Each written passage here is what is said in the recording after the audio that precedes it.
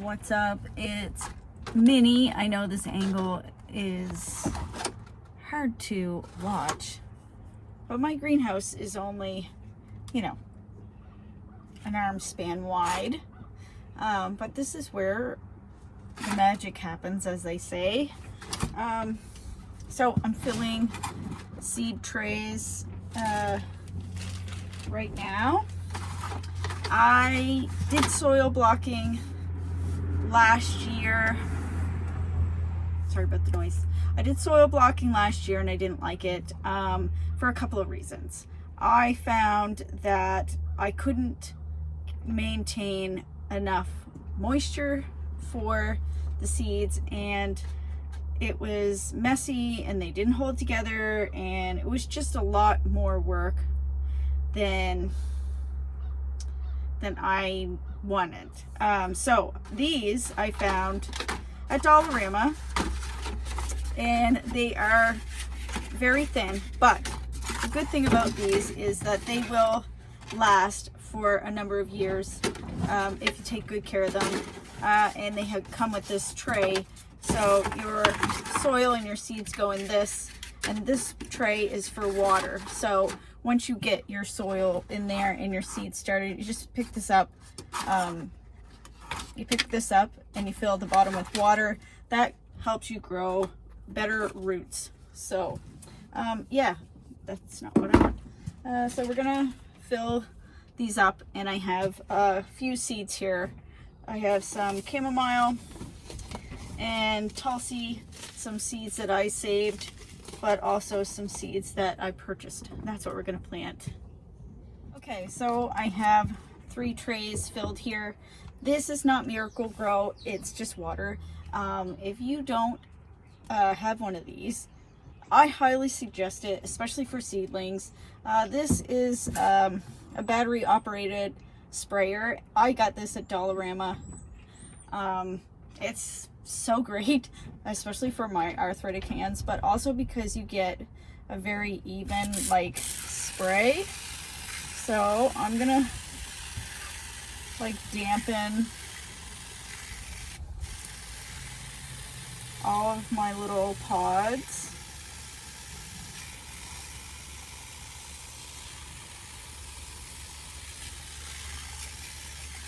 Just so that the seeds stick in there. We're gonna do this one with chamomile. Now this is chamomile seed that I saved, and it doesn't like to be covered up. So what you do is just sprinkle a good helping on each of the little pods. Now I have a bunch of chamomile that grows down here where I am right now on Homestead 1, but I'm going to be planting this on Homestead 2 in my new bed that I put up there, along with calendula and arnica. So hopefully I can get some arnica seed. I'm having trouble getting it. So yeah, I'm hoping to be able to get arnica seeds. But so this chamomile will come back every year.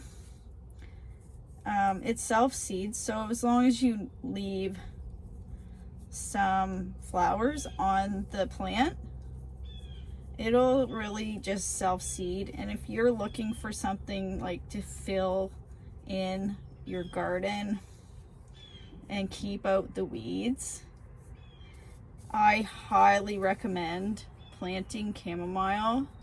It is the nicest, just most cozy little plant. It's really great. I use chamomile in tea. I use it in an oil infusion that I use for a number of my products, and it's just one of my most favorite plants. Oh, there's some flower heads in there that just make it difficult. So I'm gonna fill this right up. And so normally you're gonna put 1 or 2 seeds in, But the reality is when you save seeds this way, you're gonna have a lot of just stuff that isn't seeds. So chamomile is one that you can just fill it right up. Like I say, it doesn't like to be buried, so you just kind of fill it all up. And then, you know, if I get lots of plants in one cell, you can pick them out. There's a video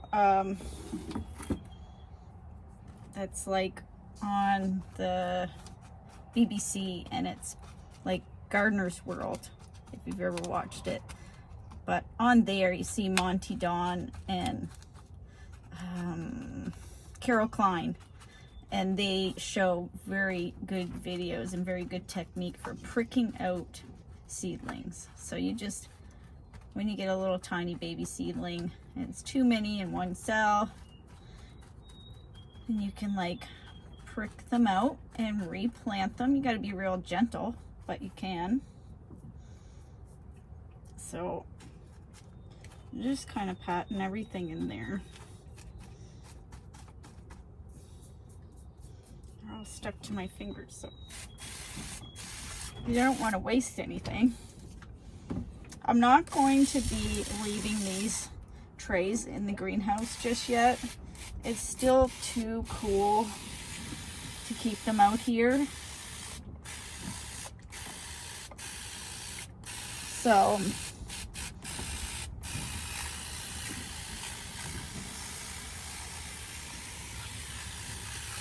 I'll be taking them up to my bedroom where I have all of my seeds going. So that's chamomile. And once I get them up there, that's when I'll fill up the tray with the rest of the underside, fill it up with water. So I'm just gonna spray this one. This one's gonna be Tulsi basil.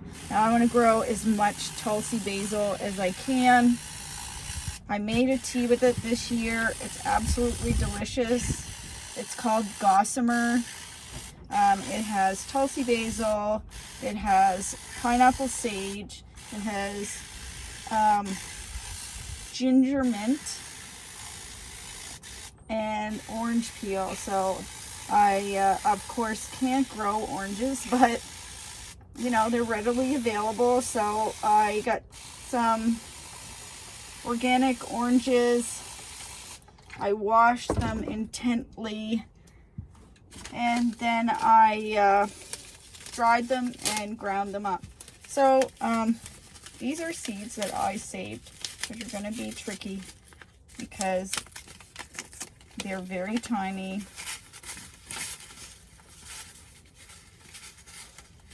And so I'm just going to do like I did with the chamomile.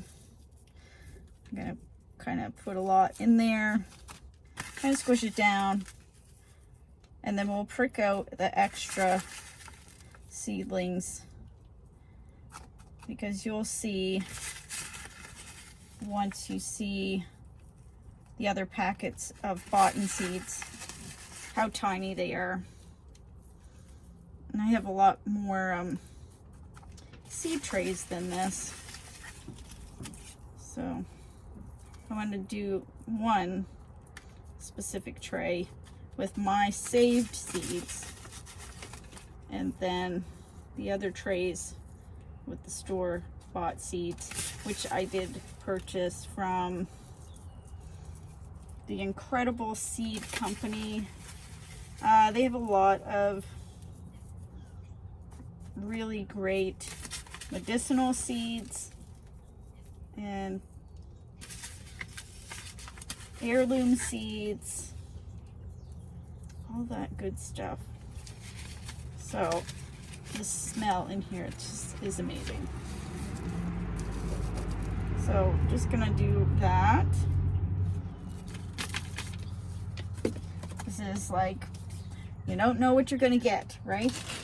So I'm gonna actually sprinkle a little bit of soil over top.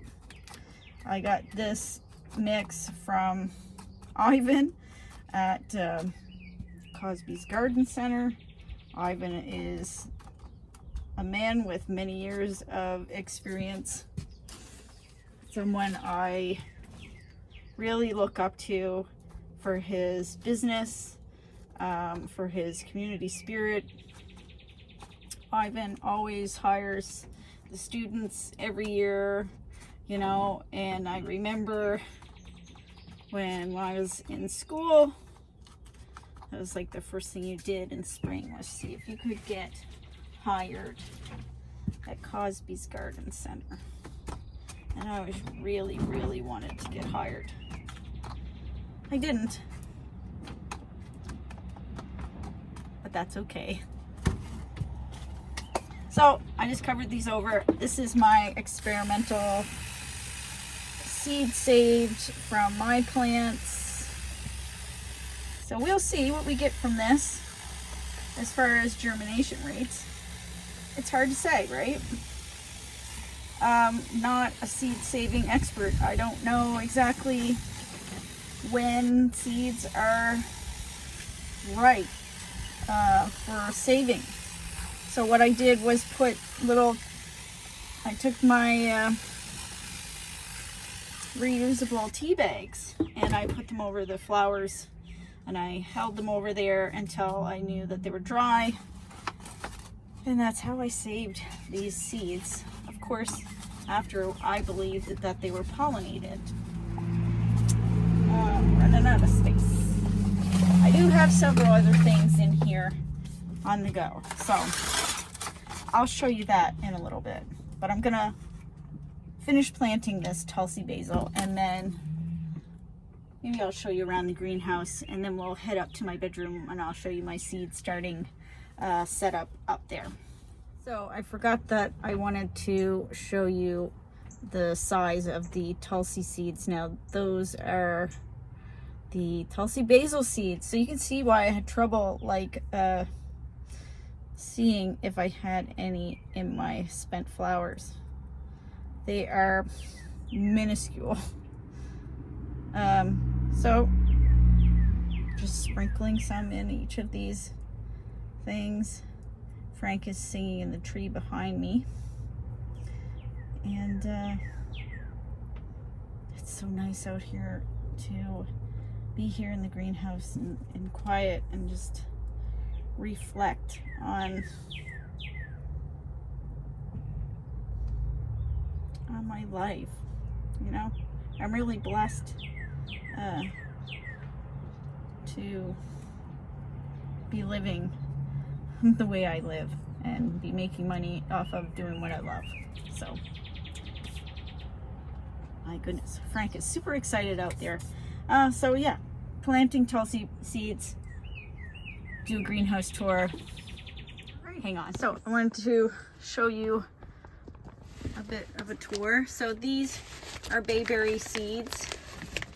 I want to try to grow bayberry for a number of reasons. This is some wisteria that we cut off of our wisteria that we were growing down here, rooting it. Let's see, these are some of the things that I bought the other day. So pineapple sage, we have Brussels sprouts, we have kohlrabi, sugar baby melons, garlic chives, which I've never had or grown myself, more sugar baby melons. Lennon wanted some pansies, lemon verbena, and lemongrass. So that's what we bought the other day. These are my elephant ear bulbs. Over here is just some fodder for the girls, for those ladies over there, of just sunflower seeds that we just started in here. Over there's the new direction that I put the potting bench in this year. And all of these shelves will be filled very soon with, you know, plants for the garden. Oh, and of course, whisks for my besom rooms. And different soils, all kinds of pots And yeah, so wow, looking great. So I took all of my trays in the house. Now I've just got to label them, and then I'll take them upstairs and I'll show you guys around upstairs. Alrighty, so we're upstairs. We're in my bedroom, and this is my seed starting setup. Aside from these beautiful plants up here, they're for sale, and these are a whole tray of Hoyas that I have for sale. So this first shelf here is calendula, and you can see that's quite well along. I'll be pricking those out to transplant probably next week into their bigger pots. And then if you come down to the next shelf, that's the chamomile, and this is the Tulsi that we just planted. Down here is Greek mountain tea. This is pretty special stuff to me. I tasted it because a good friend of mine brought it back from Greece. If you haven't tried Greek mountain tea, I highly recommend. It tastes excellent. It's very medicinal. It has a very soothing flavor, almost a real unique flavor to it, but it's very medicinal. So yeah, I'm hoping to be able to offer that to you guys and to me this coming growing season. Then of course, this is some Tulsi that we just planted. Over here is, I'll try to get in here. It's tricky over here in the corner. Over here is more calendula that I started probably 2 weeks ago. That'll be ready to be pricked out next week. And down here is the other 2 trays of Tulsi that we started in the greenhouse. So what I've got going on, these green trays that I got, they came from Dollarama, and I like them because they come with these humidity domes. Then I have under them are heat mats. Grow lights don't have to be fancy. This is just a desk light with a grow light bulb in it, and you know, just focus it on there. They do need a little bit more stronger light when they get bigger, so I kind of use this in the beginning and then move on to a bigger light as we go. So this is a bigger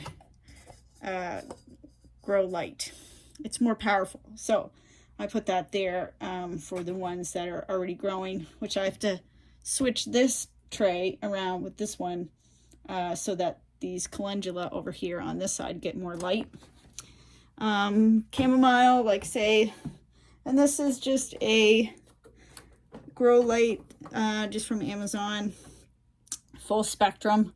These ones up here, I don't have a light on them, but they'll get light from this window. I'm gonna move my Alocasia Regal Shield out of here because it's really overshadowing these little plants, and these Hoyas, I want them to get a lot of light. So yeah, that's my seed starting setup and my terribly messy dresser next to it.